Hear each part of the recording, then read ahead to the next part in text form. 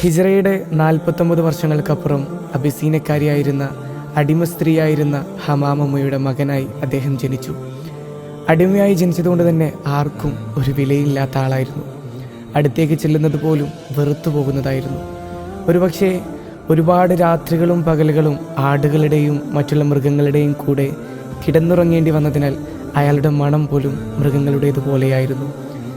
ആ ശരീരം മറക്കാനുണ്ടായിരുന്നത് ഒരു ചാക്കിൻ കഷ്ണം മാത്രമായിരുന്നു. അദ്ദേഹമാണ് മഹാനായ ബിലാൽ റളിയല്ലാഹു അൻഹു. അടിമയായതുകൊണ്ട് തന്നെ പല അടിമചന്തകളിലും വിൽപ്പനക്കായി അദ്ദേഹത്തെ വെച്ചിരുന്നു. അങ്ങനെ അയാൾ എത്തിച്ചേർന്നത് ഉമയ്യത്തിൻ്റെ കരങ്ങളിലായിരുന്നു.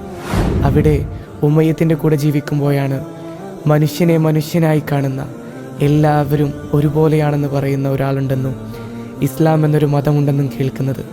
ഒന്നും നോക്കിയില്ല മഹാനവറുകൾ ഇസ്ലാം മതം സ്വീകരിച്ചു. അന്ന് ഉന്നത കുലങ്ങളിൽപ്പെട്ടവർ ഇസ്ലാം സ്വീകരിച്ചാൽ അവർക്കുള്ള ശിക്ഷകൾ കുറവായിരുന്നു. പക്ഷേ പാവപ്പെട്ട ആളുകൾക്കുള്ള ശിക്ഷയോ അതികഠിനമായിരുന്നു. മഹാനവറുകളുടെ മനസ്സിൽ ഇസ്ലാം പൂത്തു നിറഞ്ഞു. മനസ്സിൽ ആത്മസംതൃപ്തി. മുഖം മനസ്സിൻ്റെ കണ്ണാടി എന്ന പോലെ മനസ്സിൻ്റെ സന്തോഷം മുഖത്തും തെളിയാൻ തുടങ്ങി. ഇത് ശ്രദ്ധിച്ച ഉമയ്യത്ത് ആ സത്യം മനസ്സിലാക്കി. തൻ്റെ അടിമയും ഇസ്ലാം സ്വീകരിച്ചിരിക്കുന്നു. ഉമയ്യത്തിൻ്റെ സിരകളിൽ ദേഷ്യം ഇരച്ചു കയറാൻ തുടങ്ങി. ചാട്ടവാറെടുത്ത് പുതിരിത്തല്ലാൻ തുടങ്ങി. ഒരിറ്റു വെള്ളം പോലും കൊടുത്തില്ല.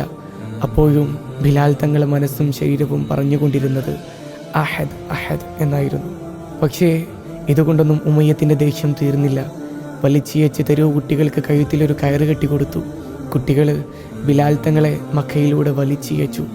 അപ്പോഴും എല്ലാവരും മുഴങ്ങിക്കേട്ടു അഹദ് അഹദ്. ഉമയ്യത്തിൻ്റെ ദേഷ്യം ഇരട്ടിയായി.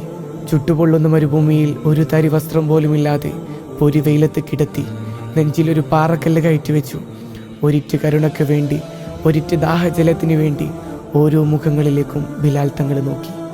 ആർക്ക് വേണം ഈ അടിമയെ? ഉച്ചവരും ഉടയവരുമില്ലാത്ത, ചോദിക്കാനൊരു മനുഷ്യനുമില്ലാത്ത ബിലാൽ. ശരീരം മുഴുവൻ മുറിഞ്ഞില്ലാതായപ്പോഴും അഭിമാനം നഷ്ടപ്പെട്ടപ്പോഴും ബിലാൽ തങ്ങളെ മനസ്സ് മാറിയില്ല. അപ്പോഴും ആ നാവ് മന്ത്രിച്ചത് അഹദ് അഹദ് എന്നായിരുന്നു.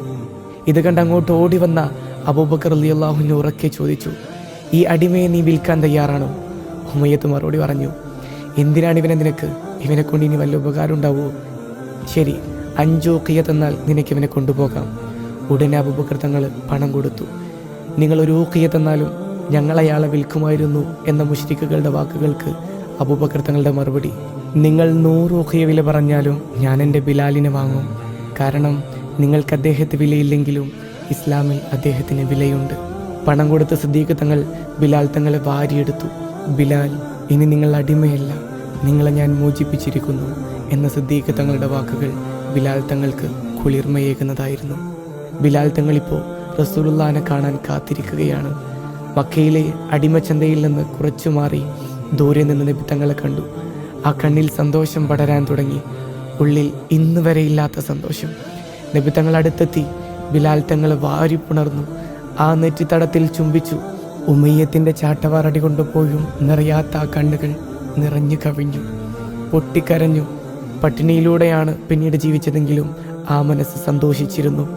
ഇസ്ലാമിൻ്റെ ചിറകിലേറി ബിലാൽ തങ്ങൾ പുതിയ ജീവിതം തുടങ്ങി.